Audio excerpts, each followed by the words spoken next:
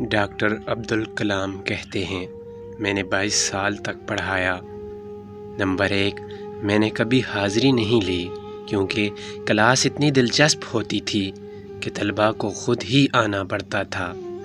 Number 2، میں نے کبھی بھی کلاس روم میں خوف پیدا کرنے کی کوشش نہیں کی کیونکہ کلاس روم طلباء کا دوسرا گھر ہوتا ہے۔ نمبر 3، کوئی بھی طالب علم جو دیر سے آیا، میں نے شرکت کی اجازت دی، چاہے وہ کلاس ختم ہونے سے 10 منٹ پہلے ہی کیوں نہ ہو۔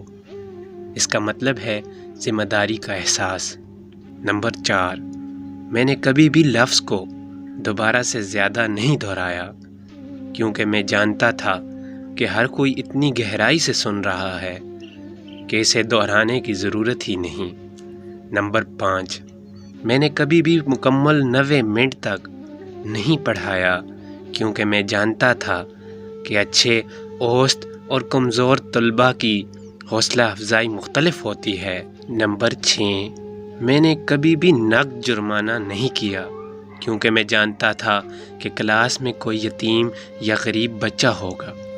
نمبر 7، میں نے اپنے طلباء کو کبھی اپنے دروازے کے پیچھے انتظار کرنے کے لیے نہیں چھوڑا کیونکہ میں جانتا تھا کہ دروازے کے پیچھے کھڑا ہونا عزت نفس کو ختم کر دے گا۔